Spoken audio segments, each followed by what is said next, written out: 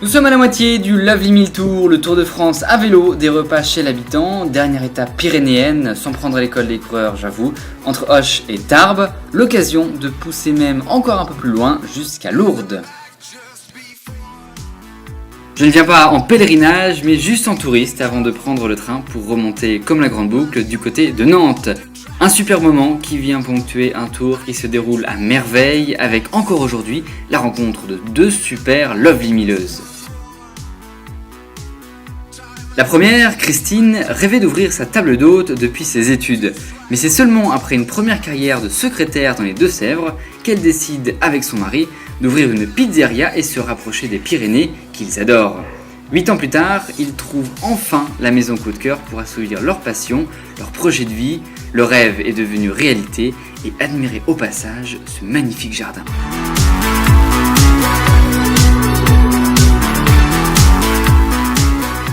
Chambre et table d'hôte. Et ce qu'on préfère faire, c'est la table d'hôte, parce que j'aime cuisiner et on aime les soirées avec nos clients, le partage. Le partage, un mot qui revient souvent dans la bouche de Christine, mais quel est donc son plus grand plaisir quand elle fait sa cuisine ?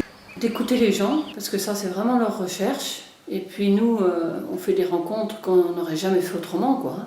Nous, on n'a pas les moyens de sortir de notre maison, mais alors on voyage beaucoup avec nos clients, quoi. Et ça, c'est vraiment très très riche, de très belles expériences. Ah ouais. Ouais. Ils paraissent vraiment heureux ici. Après avoir goûté à ces délicieux gâteaux maison, je reprends la route pour rencontrer Régine et son mari, la bonté même. Ces deux exploitants agricoles m'ont offert gentiment le repas le soir, eux qui ont tenu pendant plusieurs années une ferme auberge.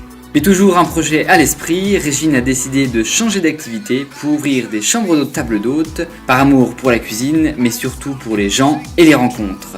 Je peux en témoigner, le matin, je suis resté plus d'une heure avec elle au petit déjeuner. Au départ, j'avais fait l'école hôtelière, donc déjà j'étais quand même attirée par tout ce qui était l'accueil, la rencontre et la cuisine en même temps. Mon mari, lui, par contre, était vraiment agriculteur, il ne connaissait rien à l'accueil. Le jour où il m'a dit « j'aimerais faire une ferme auberge », je lui ai dit « méfie-toi, t'as des vaches, c'est facile, et quand t'es embête, t'as vite fait de leur mettre un coup de pied derrière et hop !» Les gens, c'est pas du tout pareil, il faut être très diplomate. Mais bon, il aime beaucoup discuter aussi, ouais.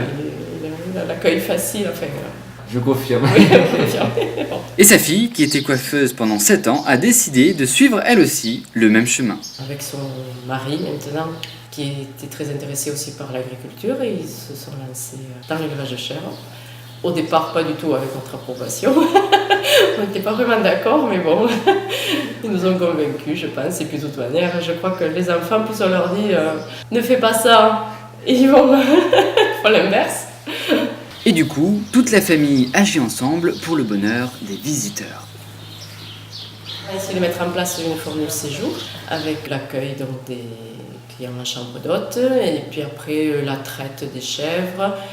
Ensuite, l'explication de fabrication du fromage avec visite à la fromagerie.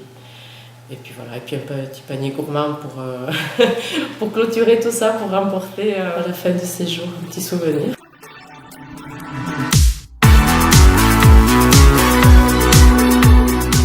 Miracle ici à Lourdes, je viens d'effectuer déjà la moitié du Tour de France en vélo, le Lovely 1000 Tour. Bon, ça me rappelle incroyable quand je suis parti le 10 juin, j'étais un petit peu moins confiant. En tout cas, je voulais vous remercier pour tous vos messages d'encouragement et de soutien, c'est ce qui me fait avancer, c'est mon carburant quotidien.